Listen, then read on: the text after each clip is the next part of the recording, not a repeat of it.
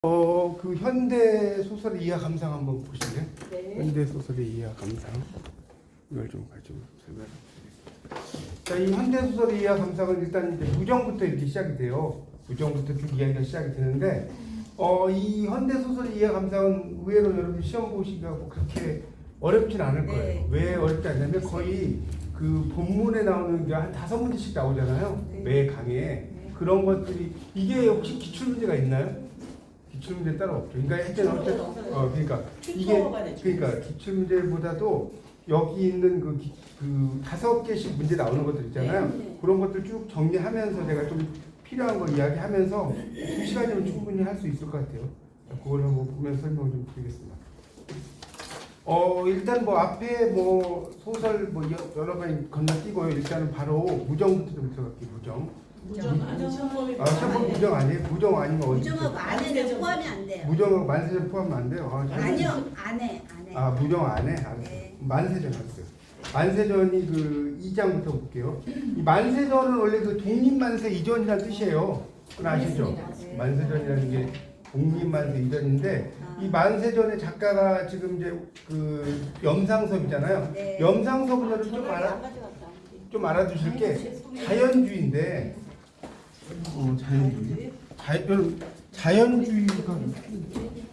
자연주의가 뭐예요? 자연주의가 뭐예요? 이거 자연주의 잘 모르시더라고. 자연주의는 자 보세요. 첫 번째, 두 번째가 있는데 첫 번째가 운명론. 이거 뭐 시험을 떠나서 여러분 기본적으로 공부나 하지 말아두셔야 돼요. 두 번째가 뭐냐면 과학적이에요. 과학적인 이야기가 나오면 자연주의예요. 자, 운명론의 대표적인 게 김동인의 감자는 들어보셨죠? 감자 몰라요? 그 복녀라는 주인공 나오는, 여자 주인공 나오는 복녀가 운명의 그러니까 복녀라고 하는 게 원래 이제 복이 많은 여자잖아요. 복녀면 복이 지지리도 없는 여자예요. 그러니까 이제 이게 에펠레이션이라고 하는데, 에펠레이션은 자 이름하고 똑같을 수 있고 이름과 반대까지 될 수 있어. 여러분 이제 TV 드라마 보면 되게 재밌어요. 예를 들어서 식객에 보면 식객 있잖아요. 식객 아시죠? 네. 거기 보면 남자 주인공이 진수고 여자 주인공이 성찬인 건 아세요? 몰라요? 네. 이 남자 이름 같은 여자예요, 여자. 진수하고 성찬이 만나는 이야기. 우리 맛있는 음식은 진수 성찬이라고 하잖아요. 이런 게 다 에펠레이션, 이름 붙이기. 여러분이 나중에 2학년 정도 되면 에펠레이션이라는 거 되게 많이 공부하실 거예요. 이름 붙이기라고 이런 걸 번역을 하는데, 하여튼 그렇습니다. 그래서 운명론 두 번째가 과학적인데, 염상섭의 표본실의 청개구리. 이 표본실의 청개구리가 대표적인 자연주의. 왜 표본실의 청개구리가 자연주의냐? 개구리 해부하는 이야기잖아요. 맞죠? 개구리 해부하는 이야기라니까. 개구리를 해부한다는 건 생물 시간에 뭐 이렇게 개구리 해부하기도 하는데 이런 과학적이잖아. 맞죠? 그래서 과학적이라는 건 좀 여러분이 알아두십시오. 그래서 사실주의보다 자연주의가 좀 달라요. 그렇게 이해하시면 됩니다. 그래서 이 염상섭은 뭐 여러 작품들이 있는데 만세전도 있고 뭐 3대라는 작품도 있고 뭐 그렇습니다. 만세전의 원래 제목은 묘지였어요. 묘지. 원제 묘지라는 걸 좀 알아두셔야 되고, 지식인의 내면을 형상화했다. 이 표본실의 청개구리가. 그러니까 어떻게 보면 이 표본실의 청개구리 같은 경우는 이제 그 개구리를 해부를 하는 거지만, 그 개구리를 해부하는 장면이 우리가 일제 치하에 있는 장면, 이거하고 연결시킨 거예요. 그 정도만 알아두세요. 그래서 이 만세전으로 들어가면, 만세전은 어떤 소설이냐? 여루 소설이라고 해요. 여루 소설. 여루라는 게 뭐냐면 나그네의 길, 나그네가 가는 길 여루라고 해요. 옛날 그 TV 드라마 중에 여루라고 있었잖아요. 나그네의 길이라는 뜻이에요. 여루가. 그래서 지식의 내면을 세밀하게 형상화시켰다. 이걸 좀 알아두시면 좋겠고요. 여기서는 이제 1918년 겨울에 동경 유학생 이인화라는 사람이 있어요. 주인공 이인화예요. 맞죠? 네. 이 이인화가 그 여성 아내가 위독하다는 정보를 받고 귀국했다가 돌아가는데 여의가 없죠. 이거 보면 뭐 너무나 지치를 많이. 그냥 바로 가야 되는데 KTX 타고 가든 날아가든 했는데 5만 대를 다 돌다가 맞죠? 상당히 좀 그런 사람이죠. 자, 그럼 이제 문제가 뭐가 나오냐면, 첫 번째가 공부해보셔서 알겠지만 그 내가 동경에서 귀국하려는 이유, 이게 나왔죠? 그죠? 아내가 위독하다. 그냥 아픈 게 아니라 위독하다. 이게 또 중요하죠? 그 급전, 그러니까 급하다는 전갈 이런 거죠. 이게 산후 후유증으로 이제 그렇다는 거 안에 그러니까 시험 문제 이런 게 나올 수 있단 말이에요. 그래서 이 만세전의 주인공이 동경에서 귀국하려는 이유는 이렇게 나올 수 있어. 1, 2, 3, 4. 뭐 그런 식으로 나온다니까. 그다음에 당연히 주인공 이름은 누구였어? 이인원. 그러니까 지금 여기 여러분 지금 기말고사 공부한다고 생각하시면 돼요. 오늘 쭉. 그다음에 연락선을 탄 내가 노동자들 피해서 뛰어간 곳이 어디냐? 목욕탕으로 갔죠. 목욕탕. 네. 목욕탕에서 이제 막 많은 사람들을 보게 된 거고 또 나는 식민지 조선의 현실에 좌절하면서 그걸 이게 이제 또 중요한데 왜 식민지 조선 현실의 좌절 무엇에 비유했느냐? 그냥 무덤이 아니죠. 구더기가 끓는 무덤. 네. 구더기가 끓는 무덤. 무덤과 같다는 거예요. 그냥 무덤이 아니에요. 이런 무덤이다. 이걸 좀 여러분이 알아두시면 좋겠고요. 그 다음에 이제 5번째 문제가 이 서울을 떠나면서 내가 누구의 편지에게 그 답장을 보내는가죠. 이 정자, 그 카페 여자 극사죠. 네. 그 정자라는 사람의 이제 그러니까 이런 걸 보내는데 이 작품을 보면 일본에 대해서 상당히 노골적인 표현들 이런 것들도 많이 쓰고 있어요. 이 내용들 읽어보면 그런 것들이 상당히 많이 나옵니다. 제가 뭐 작품에 대한 이야기까지는 뭐 안 할 테니까 여러분 이 작품은 이게 방송에서 이게 나오기도 나왔지만 개인적으로 쭉 한번 읽어보시면 좋아요. 다 읽어보셨죠? 네. 쭉 읽어보시면 이게 이제 여러분이 훨씬 더 이야기가 그러니까 이런 걸 책을 읽을 때는 좀 여러분의 힌트를 좀 드리면 이걸 뭐 내가 글자의 내용을 모른다고 해서 그냥 막 사전 찾고 이러면 안 돼요. 그냥 몰라도 쭉 그냥 읽어가서 스토리만 여러분 잡으면 돼. 일단 읽어도 뭔 소리인지 모르겠다 그러면 네이버 요즘 검색하면 아주 자세히 나와 있어요. 그렇죠? 만세전 이렇게 딱 치면 어떤 정도의 흐름이 쭉 나와 있으니까 그런 것도 염두에 두고 근데 이제 네이버만 보면 안 돼. 네이버만 보면 안 되고 시험 문제는 어떤 게 또 나오냐면 여기서만 나오는 게 아니라 이 사람이 이 책을 좀 읽었는가 이런 걸 물어보는 문제가 나오겠어 안 나오고 여러분이 출제자면 내겠어 안 내겠어? 안 내겠어요? 당연히 내죠 그런 문제. 그래서 쭉 읽어보는데 너무 막 세부적인 걸 물어보진 않겠지만 그래도 어느 정도 이 사람이 책을 읽었느냐 안 읽었느냐 이런 문제가 제가 볼 때는 한 10문제 25문제면 10문제는 나올 거예요. 여기 지금 1, 2, 3, 4, 5가 다 나오면 얼마나 좋겠어요. 그거는 뭐 한 15문제 정도 나온다고 치고 한 10문제 정도 진짜예요 진짜. 그러니까 안 읽어본 신문은 나 지금 이거 읽기 힘들다 하면 네이버 검색을 하면 그렇게라도 보시라고요. 쭉 줄거리를 머릿속에 여러분이 줄거리가 머릿속에 있어야 돼요. 뭐 세부적인 줄거리가 아니라 이 만세전이 어떻게 흘러가고 있다는 걸 알아야 될까요? 그래야지 문제를 풀 거 아닙니까? 상식적으로. 그렇죠? 그러니까 그런 것들 좀 알아두시면 좋겠어요. 하여튼 여러 소설이고 묘지였고 뭐 그렇다는 거 좀 알아두시고 작품까지 제가 뭐 이야기를 못 하겠는데 여기 이제 조금만 더 이야기하자면 53페이지로 가서 53페이지에 그 마지막 단락을 보세요. 제가 이제 이 현대 소설 이런 식으로 제가 할 거예요. 2시간 만에. 그래서 여기 보면 선실로 들어갈 생각도 없이 마지막 단락인데 53페이지 보세요. 네. 거기에 이제 뭐 어쩌고 했다가 그 다음에 이게 중요하죠. 격심한 노역과 추위에 피곤하여 깊은 잠에 들어가는 항구. 여기다 빛을 좀 찍어서 상당히 시적인 표현이죠. 격심한 노역과 추위에 피곤하여 깊은 잠에 들어가는 항구. 이게 이제 비유적 표현이에요. 그러니까 여러분이 나중에 시를 쓰실 때는 이런 식으로 써야 돼요. 그러니까 살아있지 않는 걸 살아있는 것처럼 표현해. 그럼 되게 시가 있어 보여요. 뭔 말 이해가세요? 나는 어제 술 마셔서 피곤해서 잠을 잤다. 이런 건 시가 될 수가 없습니다. 시라고 쓸 수는 있겠지만 이런 것들 좀 알아주시면 좋아요. 어쨌든 이런 것들이 이제 보면 우리 민족의 어떤 피로감, 이게 이제 우리 민족이 느끼는 피로감을 이야기한다라고 볼 수가 있습니다. 어쨌든 그래서 이게 이 만세전이라고 하는 작품이 그 당시에 어떤 우리 민족의 삶 이런 걸 이야기도 하고 있고 이 작품은 이제 1인칭 주인공 시점이라고 해요. 1인칭 주인공 시점. 우리가 이제 1인칭 시점에는 1인칭 관찰자 시점이라는 게 있고 주인공 시점이 있어요. 그러니까 1인칭 주인공 시점은 말 그대로 주인공이 중심이 되는 거고 1인칭 관찰자 시점이 대표적인 게 뭐라고 그랬어요? 네? 사랑손님과 어머니. 사랑손님과 어머니 그 주인공이 오키라는 여자아이 있었죠. 사랑손님과 어머니 옛날 TV 문학까지 많이 했는데 네. 거기에서 어린아이의 눈으로 보는 어른들의 뭐 사랑 이야기 뭐 이런 거 아니에요? 그러니까 이런 것을 우리가 1인칭 관찰자 시점이라고 해요. 아시겠죠? 관찰자 시점. 1인칭 주인공. 알퐁스 도드의 별 이런 건 아세요? 알퐁스 도드의 별이라는 걸 나중에 이제 그 안 읽으신 분은 여러분이 그 방학 때 꼭 읽어보세요. 이거 정말 재밌어요. 알퐁스 도데의 별이라는 단편 소설이거든요. 이 스테파네트 아가씨와 나와의 그 목동과의 사랑 이야기죠. 그거 책에 있잖아요. 그러니까 있었죠. 네. 있었는데 또 읽은 분은 다시 한번 기억이 하시고 안 읽어보신 분 읽어봅시다. 예. 자, 그렇게 이해하시면 됩니다.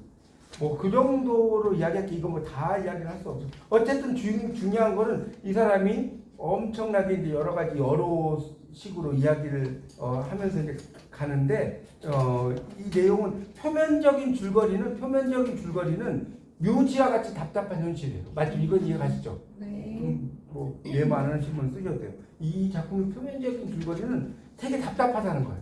근데 이 작품의 약간 이면적인 의미는 뭐냐? 식민지 조선에서 벗어날 수 없는 현실이에요. 식민지 조선에서 벗어날 수 없는 현실을 이야기하죠. 여러분이 작품을 공부할 때 표면적인 주제와 이면적인 주제 이걸 잘 알아둬야 돼요. 표면적인 주제는 겉으로 드러난 사람. 근데 이면적 주제는 그 예를 하나 들어볼게요. 춘향전 한번 해볼게요. 춘향전. 춘향전의 표면적 주제는 뭐냐? 신분을 뛰어넘는 사람. 맞죠? 춘향전이 신분을 뛰어넘는 사람 아니에요? 근데 이 춘향전의 이면적인 주제는 신분을 뛰어넘는 사랑 이런 걸 이야기하는 게 아니에요. 약간은 그 춘향전은 이 적서 차별, 우리가 홍길동전 이런 거 있죠. 홍길동전처럼 그런 어떤 현실을 사랑이라는 어떤 그 캡슐을 입혀가지고 그런 걸 쓴 거예요. 겉으로 볼 때 사랑 이야기인 것 같지만 그 속으로 이렇게 들어가 보면 뭐 그 이야기를 하면 끝도 없어요. 너무나 할 얘기가 많아서. 근데 나중에 이제 여러분이 학년 올라갈 때 조금씩 알려줘요. 자, 이 정도 하고 넘어. 탈출기 들어가면 되죠? 탈출기 맞죠? 3장. 이런 식으로 하면 정리가 될 거예요, 여러분. 훨씬 더.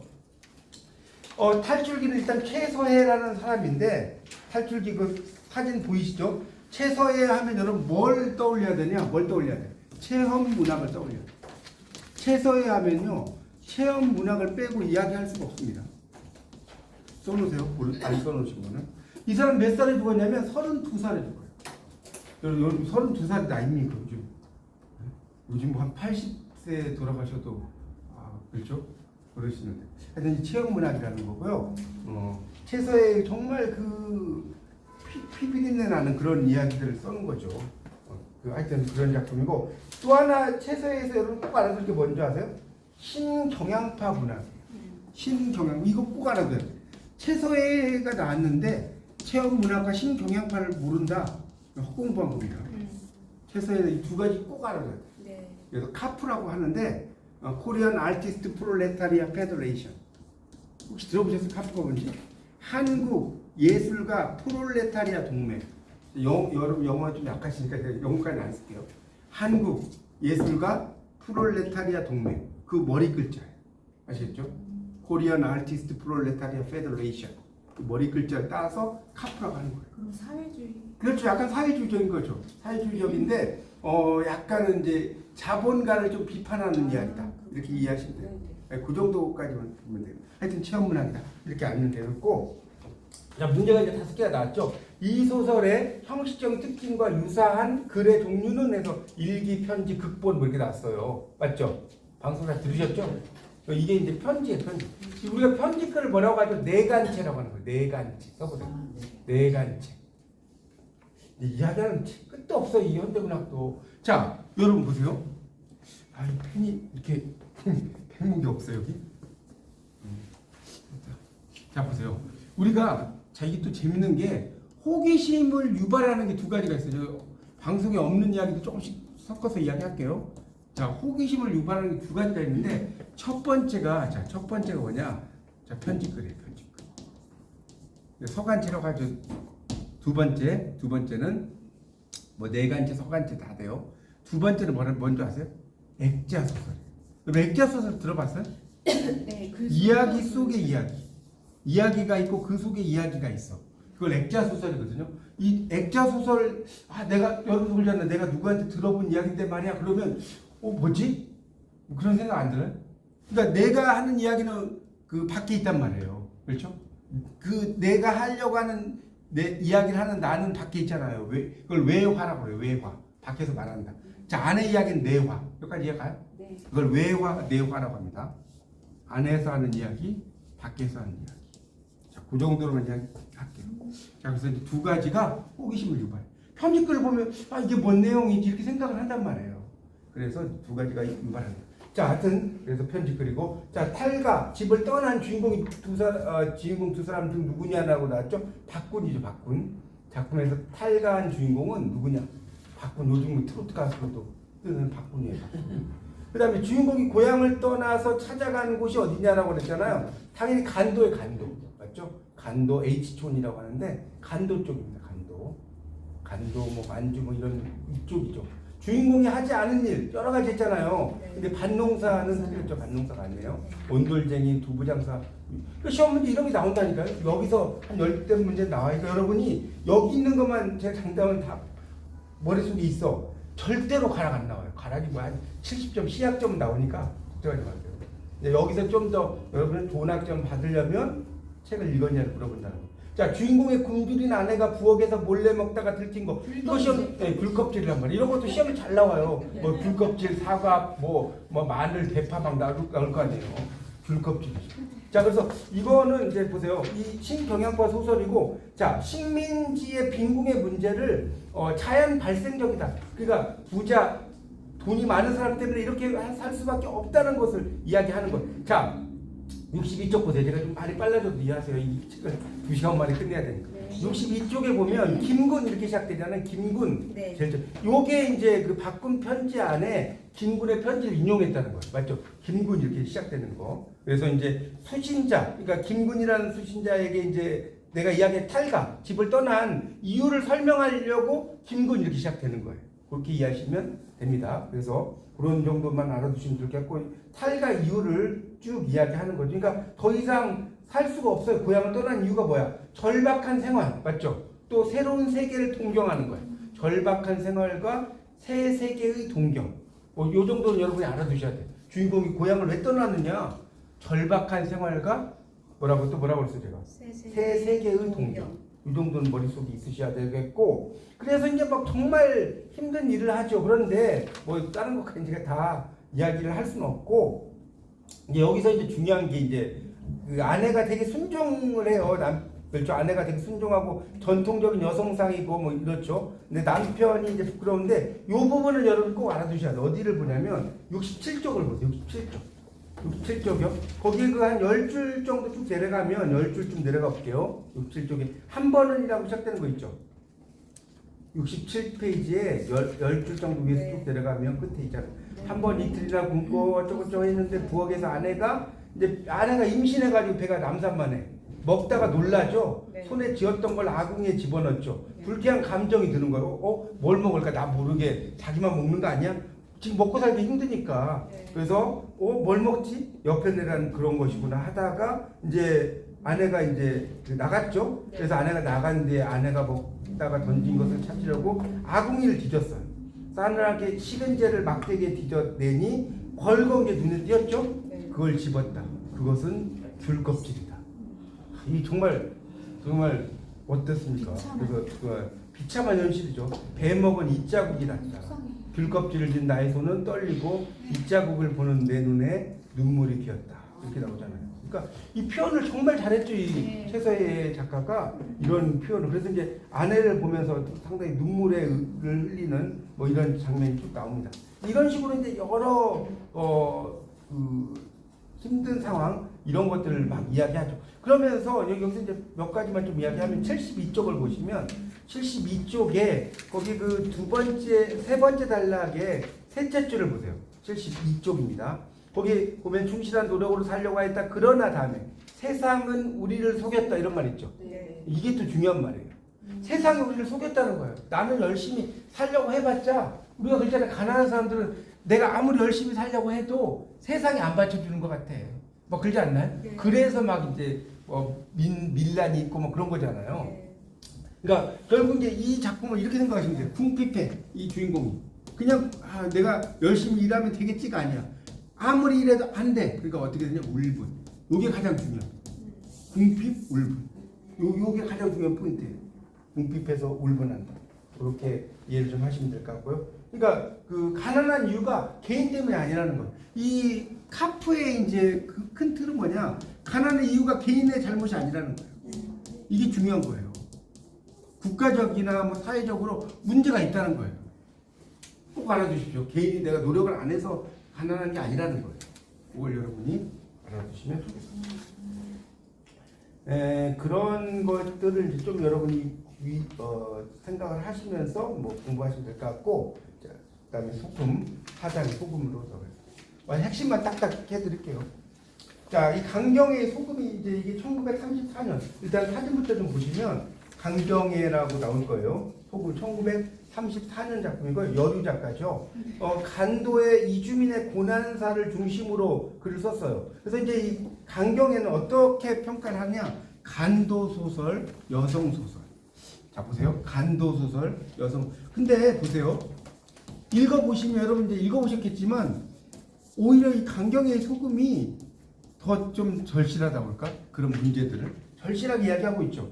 그러니까 우리가 생각할 때는 강경애도 체험 문학으로 들어가야지 될 것 같지 않나요? 여러분 보시기에? 네. 근데 안 들어가요. 왜요?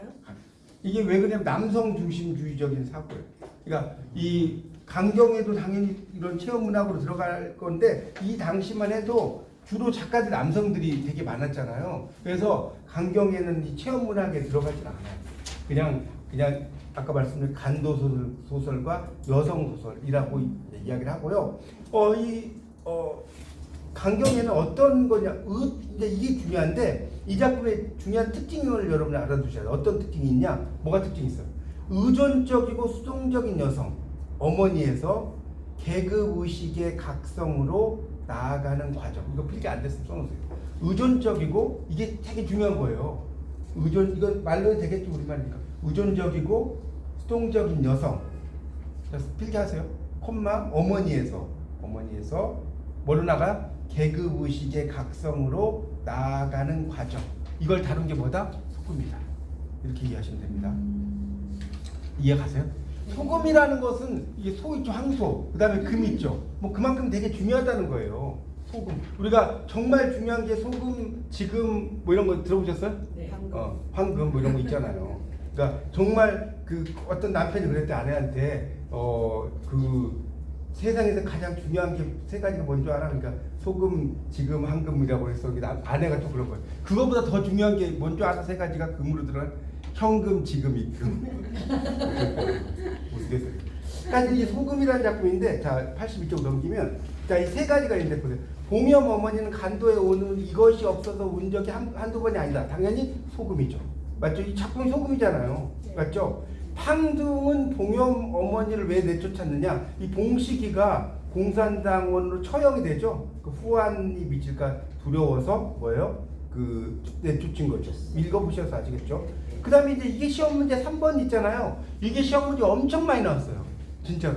봉의를 다한 봉염 어머니는 헛간에서 무엇으로 굶주림을 달래는가? 파, 양파, 쪽파, 대파 막 다 쓴단 말이야. 파에 파. 정확히 말하면 팥뿌리죠. 정확히 말하면 팥뿌리인데 하여튼 파예요. 그러니까 파, 양파 막 뭐 이렇게 나오면 아시겠죠? 파입니다. 이거 시험에 아시겠죠? 그러니까 파 묻지 않아 채프라미 묻는 것처럼 생각하시면 돼요. 봉염과 어머니가 봉염과 봉이를 먹여 살리기 위해서 당연히 유모하잖아요. 유모. 젖먹 유모하고요. 그 다음에 이제 봉염 어머니가 가족이 모두 죽은 후 최종적으로 선택한 게 소금 밀수업을 했어요. 맞죠? 네. 소금 밀수업을 했다는 게 중요합니다. 그러니까 이 작품이 이제 중요한 게 뭐냐? 봉염 어머니의 시선과 목소리를 여러분이 알아두셔야 돼요. 자, 봉염 어머니의 뭐라고요? 시선과 목소리가 가장 포인트예요. 봉염 어머니의 시선과 목소리. 요거 꼭 알아두시면 됩니다. 그러니까 이제 보통 팡둥이라고 하잖아요. 이게 왜 팡둥이라고 하냐면 이게 그러니까 한자로는 방방자에다가 동력 동자 있잖아요. 그러니까 방동이잖아요. 방동이 아니 이 정도 읽을 줄 알죠? 방방자에 동력 동자 아니에요. 이걸 중국어식으로 읽으면 팡둥이 되는 거예요. 방동인데. 방동이 뭐냐? 집주인. 집주인을 중국어로 팡둥이라고 하는 거예요. 그렇게 팡둥이 뭐 사람 이름이 아니라 그러니까 지주를 가리킨다라고 보시면 될 것 같아요. 사람 이름이야. 그렇죠. 팡둥이라는 게 그냥 집주인이에요, 집주인. 예, 지주를 그냥 이렇게 팡둥이라고 한 겁니다. 나쁜. 예, 그렇게 해야지. 그래서 이제 쭉 나오는데 뭐 이걸 제가 다 이야기할 수 없고 여기서 이제 가장 중요한 게 이런 모성애 이 작품을 여러분 이제 읽어보시면 알겠지만 이 모성애를 정말 잘 썼죠. 그렇지 않나요? 이거는 이제 여성 작가가 아니면 쓸 수가 없어. 이 남성 작가가 이런 어떤 심정을 어떻게 쓰겠습니까? 여기 특히 이제 90페이지 같은 경우에 보면 90페이지 보세요. 90페이지. 거기 90페이지에 밑에서 한 6째, 7째 줄에 보시면 이런 말 있죠. 어머니는 얼른 아기를 더듬어 그의 목을 꼭 지려하였다. 밑에서 보세요. 네. 그 순간 두 눈이 화끈 달며 파란 불꽃이 쌍으로 내달았다. 전신을 통하여 찌르르 흐르는 모성애. 자기 숨이 막히며 쥐려는 손끝에 맥이 탁 풀리는 것을 느꼈다. 이렇게 이제 모성애를 이렇게 썼고요. 이제 정말 이 작품의 하이라이트는 뭐예요? 92쪽이에요. 92쪽. 맞죠? 92쪽에 보시면 이제 정말 보세요. 92쪽에 나오지 않나요? 거기 세 번 중간에 보면 봉염의 신발 소리가 아직도 사라지기 전에 그 밑에 있잖아요. 쭉 내려가다 보면 92쪽. 거기 한 서너 줄 내려가면 그리고 미역국이 생각나 또 일어나며 김이 어린 미역국이 눈앞에 어른거려 보인다. 따라서 배는 점점 고파왔다. 이제 몇 시간만 더 이 모양으로 굶었다가는 그가 아무리 살고 싶어도 살 수가 없을 것 같았다. 그는 이러한 생각에 겁이 펄쩍 났다. 무엇을 좀 먹어야 될 터인데 그는 눈을 뜨고 사면을 휘돌아보았다. 아직도 헛간은 컴컴하다. 컴컴한 저편 구석으로 약간씩 보이는 팥뿌리. 그는 어제 저녁 주인 여편네가 오늘 장인에다 팔을 헛간으로 옮겨 쌌던 생각을 하며 옳다. 아무개라도 좀 먹으면 정신이 들겠지 하면서 팥뿌리를 뽑았다 하면서 그 내용들 쭉 써놓은 것들을 보면 정말 이거 다 제가 읽을 수가 없어요. 읽을 수 없는데 읽어보시면 여러분 다 읽어보셨겠지만 여성 작가가 아니면 이런 거 쓸 수가 없어. 그런 어떤 여성의 심리 이런 것들을 정말 잘 써놨죠. 이 작품이. 그래서 결국은 이제 97쪽에도 이제 밀수입이라고 나오는데 결국 두 딸이 죽잖아요. 네. 그러니까 이 두 딸에 대한 어떤 죽음에 대한 자책감 이런 것 때문에 이제 나중에 밀수를 하는 그런 장면이 나오죠. 그래서 여기 보면 102쪽 보세요. 102쪽에 그 네 번째, 다섯 번째 줄에 이게 좀 중요하죠. 여러분 당신네들이 왜 이 밤중에 단잠을 못 자고 이 소금짐을 지게 되었는지 아르십니까? 그렇게 나오잖아요. 여러분 당신네들이 왜 이 밤중에 있죠. 이런 것들을 시작하면서 결국은 이 작품도 어떤 그런 강경의 작품 자체도 이런 지배계급과 피지배계급의 그런 문제들 이런 것들을 이제 잘 다루는 작가라고 볼 수가 있습니다. 그래서 그런 이야기가 나오고요. 이 작품이 이제 강경의 소금이 막 중간에 이제 어떤 그 내용들이 있었는데 원문이 일제하에 검열이 있었잖아요. 네. 그래서 좀 너무 과격한 것 같은 거 이런 것들 다 많이 빼버렸어요. 일본에서. 이게 이제 검열 이런 것 때문에 그런 작품입니다. 하여튼 이 작품은 되게 웃기는 상황이 반어적 상황인데 왜 반어적 상황이냐면 소금은 있어. 소금은 있지만 가족이 없어. 맞죠? 소금은 네, 있지만 맞아요. 가족이 없는 그런 상황이고요. 그러니까 철저한 어떤 결핍의 상태입니다. 그러니까 여기서 중요한 것은 이걸 알아요. 소금은 소금을 이렇게 비교하면 모성이에요. 모성. 자, 소금 모성이고 이 모성은 다시 생명이에요. 그걸 여러분이 한번 드시고요. 그러니까 여러분이 참고로 알려드리면 솔트라고 하는 게 소금 아닙니까? 솔트가 아니라 샐러리맨. 샐러리 알죠? 샐러리. 봉급이 샐러리거든요. 샐러리란 말 들어보셨죠? 샐러리 봉급의 어원이 소금에서 나온 거 아셨어요? 옛날에는 봉급을 소금으로 줬어요. 그러니까 옛날에 그 주몽이라는 그 옛날 사극 같은 데 봐보면 봉급이 이게 소금을 퍼갖고 준다니까? 소금이. 그래서 이 솔트가 요즘 말하는 샐러리의 어원이 됐어요, 실제로. 그리고 빛과 소금 이런 것처럼 소금이라는 건 정말 여러분 없어서는 살 수가 없는 그런 아주 중요한 거죠. 그래서 간도 그런 이주의 그런 문제들을 쭉 다룬 작품입니다. 아내는 안 한다고 그랬죠? 넘어가죠. 네. 넘어가죠. 아내는 아시죠? 집 안에 해. 집 안에 해. 이런 뜻이고 일본에서는 카나이라고 그래. 카나이. 아내를 카나이. 그래서 카나이라는 게 가네죠. 가네. 집가자에다 안내자 써가지고 카나이라고 합니다. 김민경 작품 참 재미있게 넘어가고 메밀꽃 필무렵으로 넘어가면 되겠네요. 이 작품 너무나 기가 막힌 작품이죠. 1936년 작품이에요. 이호석의 맞죠?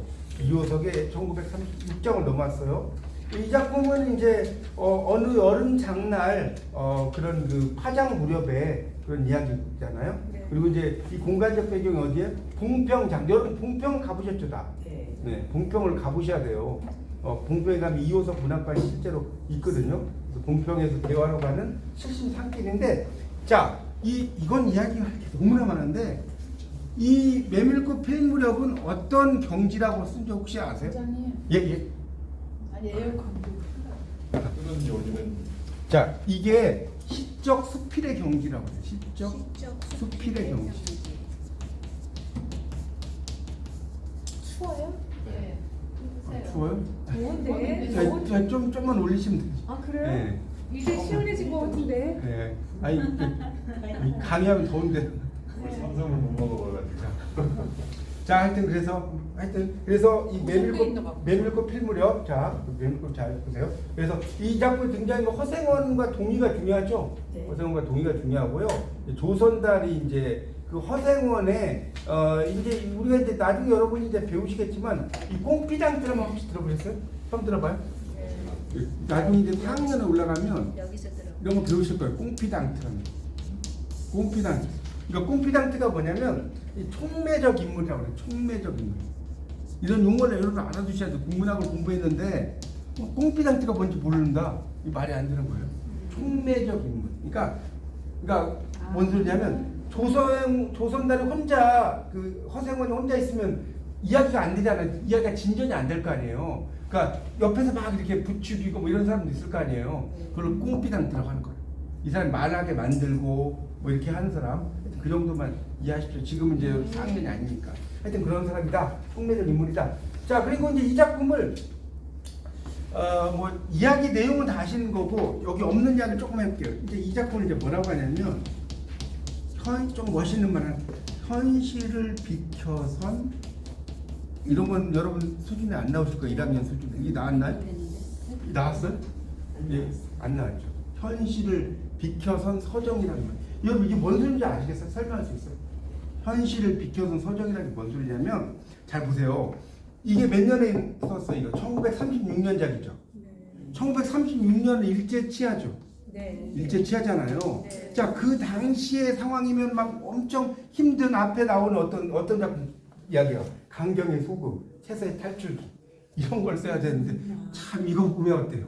전혀 안 나오죠. 그냥 두 남녀가 사랑하는 이야기예요. 맞나요? 틀리나요? 맞아요. 되게 로맨스 소설이잖아요. 어떻게 보면 맞잖아요. 네. 그러니까 어떤 이제 그런 비평가들 입장에서는 뭐야 이렇게 생각할 수 있어. 뭔 말 이해 가요? 네. 그래서 이거를 이제 좀 더 멋있게 말해서는 현실을 비켜선 서정이라고 평가해요. 그런 분야가 있어. 현실을 비켜선. 근데 이제 이것도 엄밀히 들어가 보면 이제 그 뭘 모르는 사람들이 그렇게 이야기하는 거예요. 자, 백석 시인도 당연히 일제하에 이렇게 썼지만 맞죠? 백석. 네. 백석 시인 썼잖아요. 이 사람 일제 취하잖아. 할 얘기 너무 많은데 시간이 흘러가요. 백석은 어떤 사람, 이거 이야기 조금만 하고 들어갈게요. 2차적 저항시인이라고 하는 거예요. 왜 2차적 저항시냐면 백석 시인도 보면 시가 막 일제 파괴되기 위해 나와 나타샤 흰 당나귀 보세요. 얼마나 시가 멋있어요. 그러지 않나요? 그런 걸 썼지만 우리가 일제 파괴되기 이전에 그 원형 공동체를 이야기한단 말이에요. 그래서 백석을 저항신 이육사 인동부가 있는 게 아니에요, 여러분. 이런 거 모르시죠? 제가 이건 대학에서 공부할 때 국문과 과목을 좀 들었는데 교수님 이야기하시더라고요. 2차적 저항신이라고 합니다. 그러니까 여러분이 이렇게 썼다고 해서 이 사람이 전혀 상관이 없는 건 아니다. 그렇게 이해하시면 되겠습니다. 하여튼 그래서 그 정도로 하고, 그래서 이제 작품 보면서 이렇게 문제가 이렇게 5문제가 나오는데, 자, 허생원이 그 봉평의 장에서 이제 파는 게 이제 일종의 피륙, 옷감 같은 거죠. 옷감. 그렇죠. 그렇죠. 피륙인데 옷감이라고 보시면 돼요. 그 다음에 허생은 누구에 대한 마음 때문에 동의와 충돌하죠? 여기 보면 알죠? 충주집이나 충주집. 충주집은 꼭 알아두셔야 되고요. 충주 대기라고 그러면 뭐 충주댁이라고 해도 돼요. 네, 충주 집이라고 했어요. 예. 그러니까 충주집이나 댁이나 뭐 말이 틀리지 않아요? 충주 집이라면. 근데 여기서는 이게 충주집. 여기서 이제 그렇게 하는데 그러니까 뭐 댁이라고 같은 맥락인데 같은 이 작품에서는 그렇다는 거니까. 허생원과 반평생을 동고동락한 이거 틀리면 안 되겠죠? 당나귀. 네. 이런 문제 시험 나올 수 있어요. 당나귀, 나귀, 뭐 당나귀, 말, 뭐 사슴 막 다 나올 수 있어요. 당나귀 알아두시고. 문제 왜 이렇게 쉬워요? 문제가 그런 문제가 많이 나오죠. 이런 문제는 1학기라서 단답형 문제가 많이 나와요. 진짜. 1학년 1학기라. 아 어려우면 좋겠어요? 알면 쉽고 단답형 문제 어렵지. 많이 나와요. 이거는 진짜. 허생원과 함께 대화를 향해서 밤길을 함께 걷는 인물 조선달과 동이죠. 동이가 이제 아들이라는 어떤 암시를 막 주죠. 네. 자 허생원과 동이의 특별한 관계를 암시해주는 유전적 특징이 뭐였어요? 왼손잡이. 맞아 왼손잡이. 오, 이거 꼭 알아두셔야 돼요. 아 저는 왼손을 하나도 못 쓰는데 아 부러워 왼손잡이. 양손 다 쓰지 않아요? 전혀 못 써요. 양손. 왼손을 똑똑한 예. 하여튼 왼손잡이 제가 이렇게 강의할 때 보면 왼손잡이를 보면 이렇게 하고 쓰더라고. 맞죠? 이렇게 쓰던가. 하여튼 위치가 달라야 돼. 이렇게 하고 막 쓰는데 기가 막히게 야 이렇게 나중에 봐보면 오른손잡이보다 더 잘 쓰더라고. 네. 하여튼 있어요. 하여튼 그래서 근데 이제 이 시작 부분은 봉평장터에 대해서 회화적으로 묘사하죠. 이게 또 중요합니다. 그 여름장이라는 내시당 쪽 글러서 해는 중천에 있건만 134쪽이 있잖아요. 이렇게 쭉 여름장터를 회화적으로 묘사한다는 거 정도 이해하시면 좋을 것 같고 이 작품에서 여러분이 다른 거는 알 거 없어요. 다른 거는 그냥 넘어가는데 이 작품에서 여러분이 꼭 알아둬야 될 부분이 있어요. 이게 어디냐? 네. 141쪽이에요. 141. 이 여러분 허생원에 나오는 그 이호석의 메밀꽃 필무랩은 이것만 알면 돼. 이게 뭐냐? 이거 뭐예요? 141쪽을 쳐줬어요? 네. 거기 세 번째 쪽. 세 번째 쪽. 달은 지금 긴 사너리에 걸려 있다 있나요? 예. 거기서부터 그래서 이제 모밀 밖으로 흘러간다. 쭉 내려가다 보면 그러니까 거기보다도 그 더 위에 보면 하여튼 모밀 밖으로 흘러간다 찾았어요? 방울 소리가 시원스럽게 딸랑딸랑 모밀 밖으로 흘러간다. 한 10줄 내려가면. 네. 이 부분을 여러분이 꼭 알아두셔야 돼요. 그래서 이 작품, 이 부분 때문에 이 작품을 뭐라고 한다? 시적 수필의 경지라고 하는 거예요.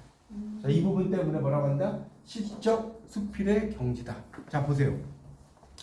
여기 보면, 자, 보세요. 이제 좀 설명드릴게요. 달은 지금 긴 사너리에 걸려있다. 밤중을 지난 무렵인지 죽은 듯이 고요한 속에서 이 짐승은요, 짐승의 옛날 말이에요. 네. 짐승 같은 달의 숨소리가 손에 잡힐 듯이 들린다. 이걸 여러분, 이게 뭔 소리예요? 짐승 같은 달의 숨소리가 손에 잡힐 듯이 들린다. 이걸 시적 수필이라고 했는데 사랑하는 그런 모습을 이렇게 좀 문학적으로 쓴 거예요. 추억이구나. 네, 아시겠어요? 그러니까 이 두 남녀가 그러니까 이 달의 숨소리라는 거. 그러니까 이 숨소리는 청각이고 제가 좀 말로 하기가 참 거시기 하네. 대충 알아들으시겠죠? 손에 잡힐 듯. 시험 문제 아니라고. 그래서 이제 콩고기와 옥수수 잎새가 달에 푸르게 젖었다. 이런 게 다 그런 이야기고. 산어리는 온통 모밀밭이다. 이런 게 보세요. 표현이 기가 막히지 않습니까? 시작한 꽃이 소금을 뿌린 듯하다. 이런 표현들 봐보세요. 그래서 이제 이 이효석을 뭐라고 한다? 시적 수필의 경지다. 요걸 여러분이 요 작품은 여러분 이제 봉평에 가시잖아요. 그럼 실제로 그 장터 이런 데 가보면 요 대목만 써져 있어. 진짜 이 대목만 써져 있다는 게 워낙 유명한 작품이니까. 그래서 여러분이 요 내용을 좀 잘 보시면 좋을 것 같고, 그래서 뭐 나머지는 좀 더 넘어가는데 여기서 이제 가장 중요한 게 아까도 말씀드렸지만 이제 어머니와의 그런 부자 관계를 암시하는 뭐 이런 거죠. 거기 그 144쪽에 나오죠. 네. 144쪽에 밑에서 한 넷째 줄에 모친의 친정은 원래부터 제천이었던가 이렇게 나오잖아요. 네. 144쪽. 웬걸요 시원스리 말은 안 해주나 봉평이란 것만은 들었죠. 이렇게 나왔잖아요. 봉평? 애비성은 무엇이고 알 수 있나요? 도무지 듣지를 못했으니까. 그러니까 이거 얼핏 보면 이거 지역명으로 부자 관계를 조금 암시를 네. 하는 그런 게 보입니다. 자, 그러다가 이제 쭉 내려가면 145쪽이죠. 145쪽. 그래서 이제 이렇게 쭉 나오고 145, 146쪽을 보면 왼손잡이라는 게 또 나오잖아요. 네. 그렇죠? 그러니까 이게 소설의 시작부와 마지막부에 이게 또 되게 재밌는 거예요. 왼손잡이라고 하는 것을 시작 부분에 나오잖아요. 이 사람이 왼손잡이 허생원이라는 사람에 대한 이야기가 나오다가 마지막 부분에 또 아들 동의 뭐 정확히 아들이라고 이야기는 안 했지만 네. 독자들에게 복선을 깔아주잖아요. 네. 그런 걸 여러분이 알아두시면 됩니다. 그거 정도 이해하고 자 또 하나 중요한 게 있어요. 여러분 누구지? 이호석에서 여러분 꼭 알아두실 게 뭔지 아세요? 이호석이 어떤 작가죠? 이호석이 그건 방송에 안 나왔나? 동반자 작가예요. 네, 이걸 여러분 꼭 알아두셔야 됩니다. 동반자 작가. 그 동반자 작가라는 거는 사회주의 그거라고. 이게 좀 설명드릴게요. 카프 있죠? 아까 카프 코리안 아티스트 프롤레타리아 페더레이션. 자 카프에 자 쓰세요.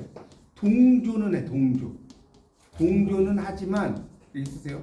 가입은 안 가담을 그렇죠. 가입은 안 해. 그래서 이게 동반자 동반자구나. 이 동반자니까 당신은 내 인생의 동반자 이런 게 아니에요. 그런 뜻이 아니라 카프에 가입은 했지만 동조는 했지만 가입을 안 해. 이게 이런 거야. 산에 막 올라가려고 열심히 올라가다 어때요? 이 산이 아닌 게 하고 내려오죠. 그렇잖아요. 내가 어디 무슨 뭡니까 막 북악산 막 악자 들어간 산에 올라가 봐요. 장난이 아니잖아요. 네. 그렇죠? 하여튼 그런 거 생각하시면 돼요. 그래서 카프에 동조는 하지만 가입을 하지 않는 작가 이렇게 이해하시면 되겠고 그래서 이제 동반자 작가 그러니까 이런 걸 하다가 나중에 어떻게 되냐 서정 소설 작가로 갑니다. 그래서 이 사회주의적인 이 사람의 작품은요 원래 작품들은 노령 근해 뭐 이런 작품이 있어요. 뭐 노령 근해 이런 작품이 있는데 사회주의적인 색채들을 띄어요. 노령 근해라는 작품을 읽어보면 어떤 색채? 사회주의적인 색채. 그러다가 나중에는 어디로 간다? 이렇게 합니다. 그래서 식민지 현실을 외면한다고 했잖아요. 그러니까 현실을 비켜선 서정이라고 하고 이걸 이제 조금 더 나쁘게 말하면 위장된 수능주의 작가다 이렇게 됐죠. 뭐 말은 알아들으시겠어요? 위장됐다고요. 수능주의 작가. 그러니까 위장된 수능주의 작가라고 이야기하고 이걸 다른 말로 뭐라고 한다? 현실을 비켜선 서정이라고 하는 거예요. 현실을 비켜선 서정이 나쁘게 그러니까 항상 삐딱하게 보면 나쁜 거야. 근데 잘 들여다보면 꼭 이호석이 뭐 이게 나쁜 게 아니라 우리가 일제 파괴되기 이전에 우리 어떤 순수한 상태 이런 것을 돌리도 이런 거예요. 요즘으로 말한다면요. 아시겠죠? 청춘을 돌려다오 이런 것처럼 우리의 일제 파괴되기 이전에 이런 원형 공동체를 좋은 평가. 그렇죠. 좋은 평가죠. 근데 이제 일부터 비평가들은 이제 삐딱하게 바라보는 건데 이때 나쁘다고만 할 수는 없어요. 제가 볼 때는 꼭 이걸 뭐 현실을 비켜서 서정 뭐 위장된 수능주의라고 이야기했지만 꼭 반드시 나쁘다고 할 수 없습니다. 네. 그 정도로 여러분이 알아두시면 될 것 같고 지금 몇 시죠? 50분. 좀 쉬어야 되겠네. 좀 쉬었다 할게요. 네. 선생님. 예, 말씀하세요. 예.